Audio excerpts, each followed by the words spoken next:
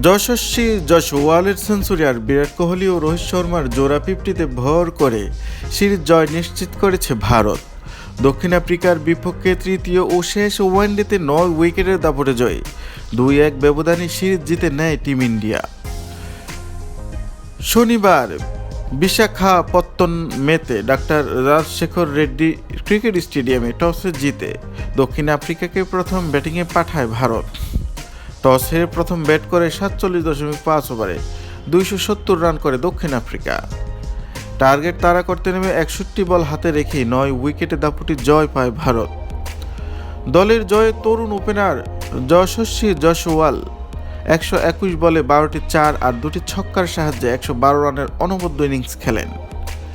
73 বলে 7টি 4 আর 3 ছক্কায় 75 রান করেন সাবেক অধিনায়ক রোহিত শর্মা। 45 বলে 6টি 4 আর 3 ছক্কায় 65 রানের লড়াকু ইনিংস খেলেন সাবেক আরেক অধিনায়ক বিরাট কোহলি। প্রথমে ব্যাট করতে নেমে ইনিংসের প্রথম ওভারে উইকেট হারায় রায়ান রিকেলটন। দ্বিতীয় উইকেটের পর অধিনায়ক টিম্বা ভামুকে সঙ্গে নিয়ে 131 বলে 113 রানের জুটি করেন ওপেনার কুইন্টন ডিকক। এরপর 85 রানের ব্যবধানে দক্ষিণ আফ্রিকা হারায় 4 উইকেট। 21তম ওভারের শেষ বলে দলীয় 114 রানে 67 বলে 5টি বাউন্ডারির সাহায্যে 48 রান করেন বামুবা। 23 বলে 24 রান করে ফেরেন ম্যাথু ব্রিডজ্যাক। 3 বলে মাত্র 1 রানে ফেরেন এইডেন মাকরাম। ইনিংসের শুরু থেকে দায়িত্বশীল ব্যাটিং করে যাওয়া ডিকক ফেরেন দলীয় 199 রানে।